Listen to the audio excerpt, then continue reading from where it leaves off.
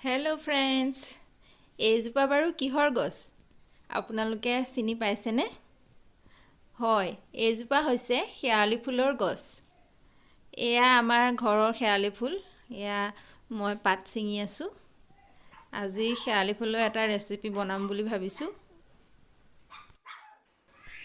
এয়া মই শেৱালি ফুলৰ পাতৰ আগবোৰ এনেদৰে ছিঙি আনিছোঁ। বৰষুণৰ বতৰ সেইকাৰণে পাতবোৰ তিতি আছে। এনেদৰে মই ঠাৰিৰে সৈতে শেৱালিৰ আগটো ছিঙি আনিছোঁ। এতিয়া এই পাতবোৰ ভালকৈ ধুই ল'ব লাগিব। যথেষ্ট বীজাণু থাকে এই পাতবিলাকত, ধূলি মাকতি, সেইকাৰণে ভালকৈ এনেদৰে ধুই ল'ম।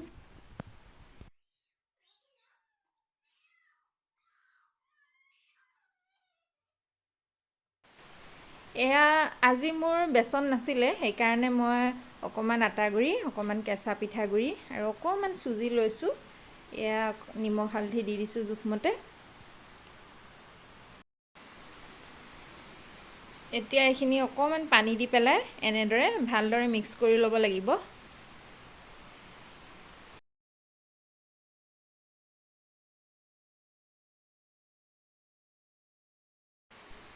এয়া এইখিনি মোৰ ৰেডি হৈ গৈছে।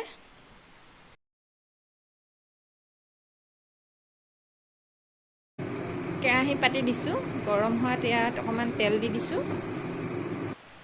এতিয়া এই মিশ্ৰণখিনিত শেৱালি পাতৰ আগবোৰ এনেদৰে ভালদৰে লেটিয়াই ল'ব লাগিব।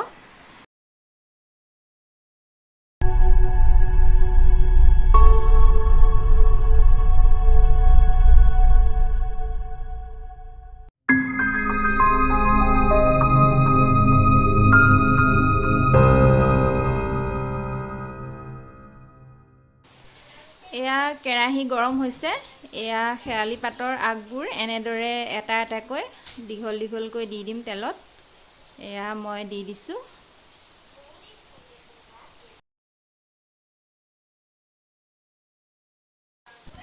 এনেদৰে এয়া তেলত এনেকৈ ভাজি থাকিব লাগিব। এয়া মই লুটিয়াই দিছোঁ।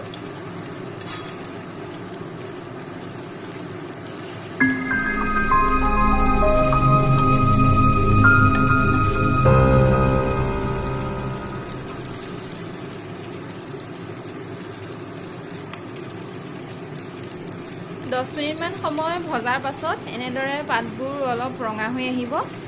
এই পাতবোৰ একদম মচমচীয়া হোৱালৈকে ভাজিব লাগিব, তেতিয়াহে খাই ভাল লাগে।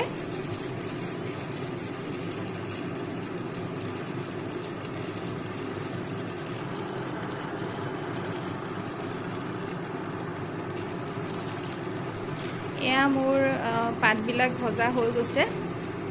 এয়া ৰঙা হৈ আহিছে আৰু মচমচীয়া হৈছে।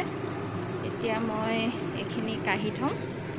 এয়া মই কাঢ়ি থ'লোঁ এটা এটাকৈ, আৰু এনেদৰে বাকী গোটেই পাতসমূহ ভাজি পেলালোঁ।